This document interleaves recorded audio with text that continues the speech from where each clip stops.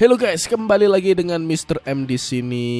Maaf, kemarin sempat libur 2 minggu ya, mencari inspirasi guys. Kangen banget nih sama kalian semua. Cie, ada yang ngangenin. Biasanya nggak ada ya. Ya salam. Gimana rasanya dikangenin admin? Nah, pada kesempatan yang baik ini Mr. M akan membawakan alur cerita series film Korea lagi. So, which is bakal bikin kalian merasa wah dan tentunya ada pelajaran yang bisa kita ambil. Series ini berjudul Hellbound. Hellbound tuh artinya surga. Lah nanti kalau ditanya guru bahasa Inggris kalian, apa cita-cita kalian? Jawab aja, I want to the hell. Blok, hell tuh artinya neraka coy, bukan surga. Film ini menceritakan kejadian yang sangat aneh ketika makhluk atau malaikat atau apa ya nyebutnya, bingung juga sih Mr. M. Intinya tuh makhluk itu turun ke bumi, memberikan hukuman kepada umat manusia secara langsung dan disiksa, dibakar layaknya di neraka. Makhluk apa ini masih menjadi misteri teman-teman. Dan tujuan dari makhluk ini itu apa? Kalau penasaran seperti biasa teman-teman, pasang posisi rebahan, siapkan headset dan ciao ke alur ceritanya. Let's go.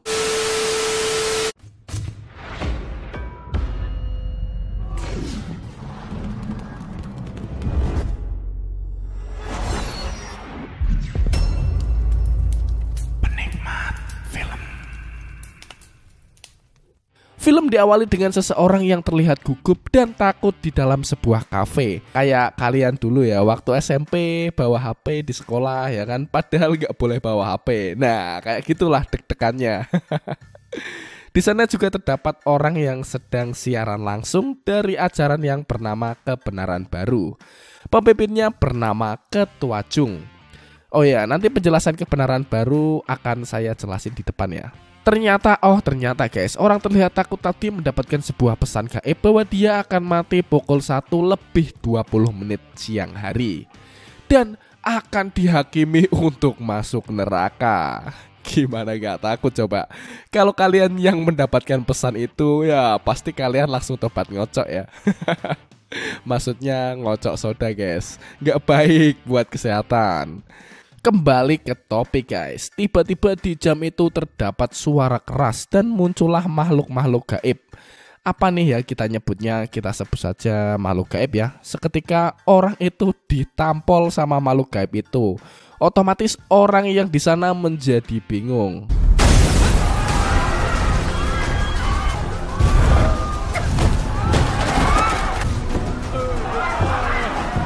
Orang tadi langsung berlari ke tengah kemacetan. Tapi apa daya, makhluk gaib ini sangatlah kuat cok. Singkat cerita, orang tersebut dikeroyok dan dijadikan geprek bakar.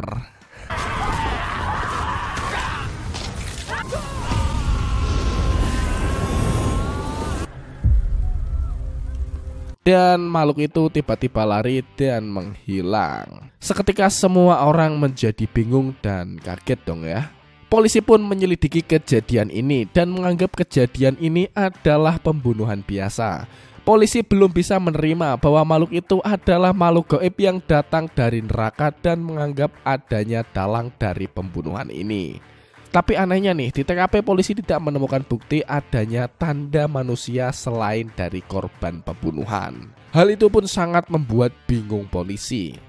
Polisi ini bernama Detektif Jin. Tidak jauh dari tempat kejadian itu terdapat perkumpulan ajaran kebenaran baru yang sedang berceramah. Orang yang berceramah itu tentu saja adalah Ketua Jung. Di sini aku bakal menjelaskan secara singkat apa itu ajaran kebenaran baru. Di dalam ajaran baru meyakini bahwa Tuhan telah menghukum manusia berdosa secara langsung agar orang-orang dapat segera bertobat. Tuhan sudah marah akan keadaan manusia di bumi. Namun polisi tidak menyetujui hal tersebut karena tidak percaya dan merasa hal itu tidak logis karena menurunkan penyiksaan secara langsung.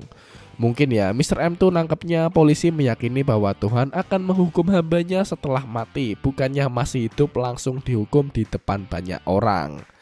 Dan itu mungkin saja akan membuat keluarga dari orang yang dihukum dapat dianggap jelek di mata semua orang. Padahal kan keluarganya tidak salah apa-apa ya guys, dan merasa tidak adil aja gitu. Akhirnya Detektif Jin dan rekannya bertanya kepada Ketua Jung. Namun tidak sengaja Detektif Jin bertemu dengan anak perempuannya yang bernama Hee Jung berada di dalam acara ajaran kebenaran baru. Yang seketika Detektif Jin menjadi marah dan menyuruhnya pulang. Di akhir wawancaranya, Ketua Jung menyangkal bahwa polisi tidak seharusnya menyelidiki kehendak Tuhan, karena orang yang berdosa haruslah dihukum. Ketua Jung juga menyinggung pembunuhan yang mengakibatkan istri dari Detektif Jin meninggal dan menanyakan apakah kamu rela melihat pembunuh istrinya bebas setelah dipenjara. Seketika Detektif Jin terdiam. Ya mungkin Detektif Jin ini bingung juga ya apa yang terbaik. Menurut kalian bagaimana? Komen di bawah ya. Oke, aku bakal sedikit menceritakan kasus pembunuhan istri dari Detektif Jin. Ternyata istrinya tuh dibunuh oleh seseorang laki-laki. Otomatis membuat Detektif Jin sangatlah sedih karena kehilangan orang yang sangat disayanginya. Orang itu awalnya divonis 10 tahun penjara, namun karena dia positif narkoba, dia divonis 6 tahun penjara dan sekarang sudah dibebaskan.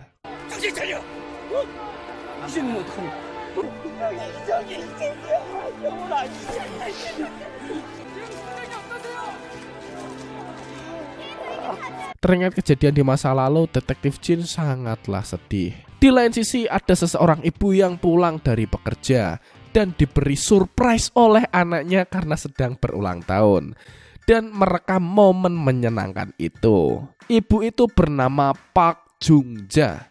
Namun apa yang terjadi setelah itu teman-teman? Ibunya mendapatkan pesan mengerikan bahwa ibunya akan mati dalam 5 hari lagi dan akan masuk neraka.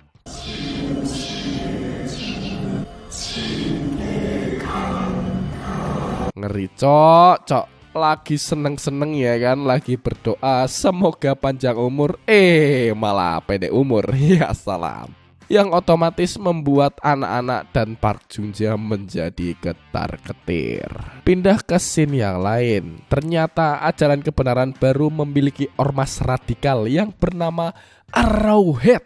Ormas ini tuh sukanya main hakim sendiri dan sangat ganas jika ada orang yang tidak sesuai dengan ajarannya. Moga di Indonesia nggak ada nih ormas yang main hakim sendiri. Ya kita itu harus hidup berdampingan dengan beberapa kepercayaan dan saling menghormati. Bener ya kan? Nah, quotes of the day. Suatu ketika ada orang yang berpendapat tidak setuju dengan ajaran kebenaran baru dan berujung orang itu diculik, dikeroyok dan dijadikan ayam penyet sama Arrowhead. Dan gokilnya pengkeroyokannya disiarkan secara live. Wong Edian.